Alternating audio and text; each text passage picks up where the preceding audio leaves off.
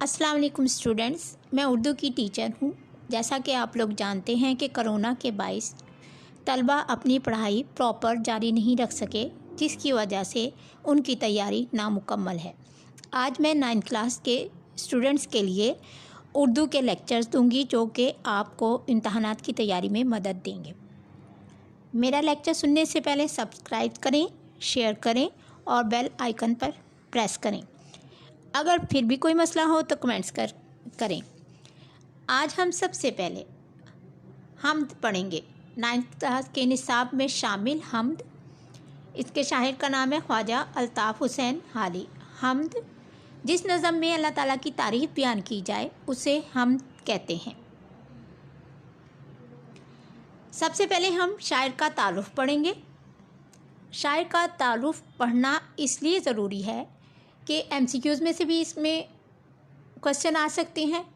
आप इनका शायर कहाँ पैदा हुए हैं, कौन सी तारीख़ को पैदा हुए हैं, कौन सी तारीख़ को वफ़ात पाई है और इनके कौन कौन सी इनकी बुक्स हैं, उन सब के नाम अच्छी तरह याद कर लीजिएगा और डेट ऑफ बर्थ और डेट ऑफ वफ़ात अच्छी तरह याद कर लीजिएगा। इसमें से MCQs में से भी आ जाते हैं।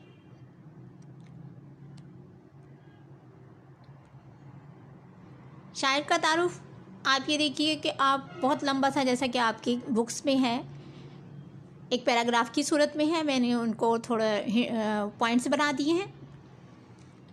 इस नज़म के शायर का नाम है ख्वाजा अल्ताफ़ हुसैन अली।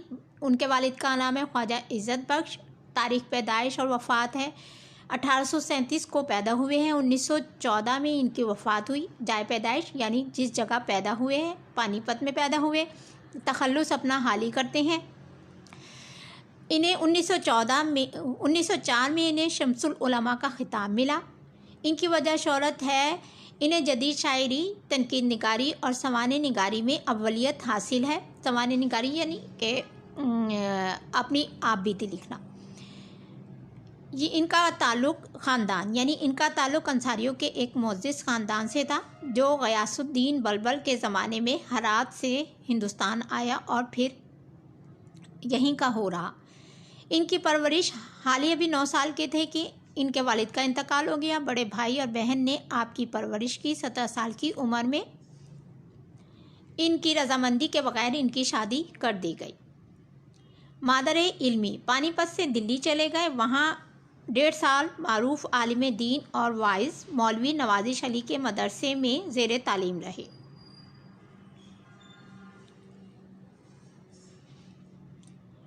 1856 में मुलाजमत। 1856 में हिसार कलेक्ट्री में मुलाजिम हो गए, मगर 1857 की जंग आज़ादी के बाइस इन्हें वापस आना पड़ा। शागिर्द 1857 के बाद नवाब मुस्तफ़ा ख़ान शेफ्ता के मुसाहिब यानी दोस्त और इनके बच्चों के अतालिक रहे यानी उस्ताद रहे। अदबी महारतें शायरी, नसर निगारी, तनकीद निगारी, सवाने निगारी। मौज़ूआत शायरी इखलाकी, इस्लाही, मिल्ली, इस्लामी और इनकी अहम तसानीफ़ हैं दीवान हाली, मुसद्दस हाली, मदो जज़र इस्लाम, मुकदमा शेर व शायरी, यादगार गालिब, हयात सादी, हयात जावेद। आपने इस शायर के तारुफ़ में सबसे इनका एक तो इनका तखल्लुस याद करना है और ये कहाँ पैदा हुए, इन्होंने किस तारीख़ को पैदा हुए, किस तारीख़ को वफ़ात पाई। ये जो मेन पॉइंट्स हैं ये आप अच्छी तरह, और इनकी तसानीफ़ के नाम ये आप अच्छी तरह ज़हन नशीन कर लीजिएगा, क्योंकि इसमें से MCQs में से आपके सवाल आ सकते हैं। इनमें से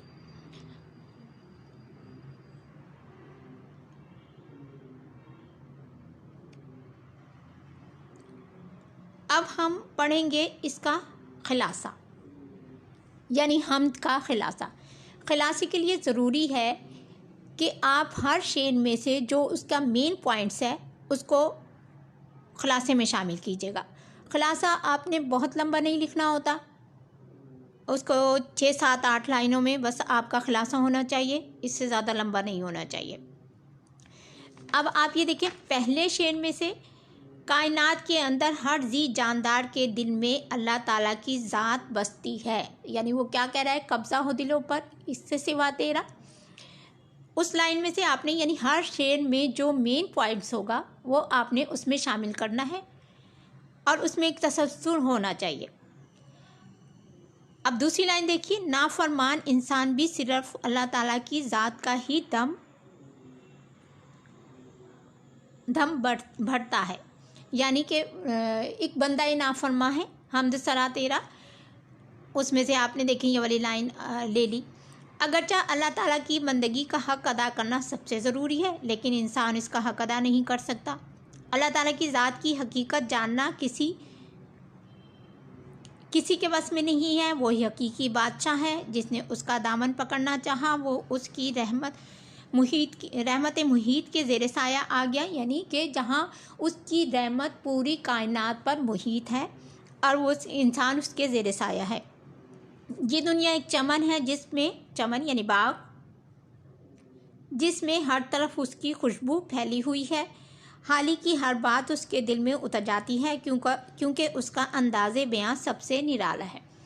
आपने देखा इस खिलासे में जो हर शेर में से जो मेन पॉइंट्स उन्होंने बात की है वो इसमें से लेना है आपने, और खिलासा आपने लिखना इसी तरह है कि हर चीज़ में से उसका मेन पॉइंट्स यानी उसका निचोड़ जिसे कहते हैं वो खिलासा आपने बना के लिखना है। इसमें तसलसल होना चाहिए, बहुत ज़्यादा लंबा नहीं करना और बहुत ज़्यादा छोटा भी नहीं करना। यानी आपने छोड़ नहीं देना है, बीच में से छोड़ के नहीं लिखना। या तो खिलासा आता है 9th क्लास में या मरकज़ी ख़्याल आता है। अब मरकज़ी ख़्याल आपको खिलासे को थोड़ा सा शॉर्ट कर लें और जो उसमें ख़ास बात की हुई हो वो मरकज़ी ख़्याल होता है। खिलासा लिखने का खिलासा या मरकज़ी ख़्याल लिखने का तरीका ये है कि सबसे पहले आप जैसे हमद है उसका उन्वान लिखिएगा, फिर खिलासा या मरकज़ी ख़्याल, और फिर आपने शायर का नाम और कट मार्कर से ये आपने ऊपर देना है, और नीचे आपने आम जो भी आप पेन यूज़ करते हैं नीचे ये पूरा खिलासा पेन से लिखना है और कट मार्कर से आपने हेडिंग देनी है। ये आज मैंने आपको शायर का तारुफ़ करवाया है और खिलासा करवाया है। आप इन बातों को अच्छी तरह ज़हन नशीन कर लीजिएगा और कोशिश कीजिएगा कि इन बातों पर अमल करके आप अपनी तैयारी बेहतर कर सकें। आइंदा जो मैं आपको वीडियोस दूंगी, आइंदा जो नेक्स्ट वीडियो होंगी उनमें मैं अशार की तशरीह करवाऊंगी और अपनी पूरी कोशिश करूंगी कि आपको ज़्यादा से ज़्यादा फ़ायदा हो सके। आखिर में फिर यही कहूँगी, सब्सक्राइब करें, शेयर करें और बेल आइकन पर प्रेस करें। इस तरह आपको मेरी नोटिफिकेशंस मिलती रहेंगी। ओके, अल्लाह हाफ़िज़।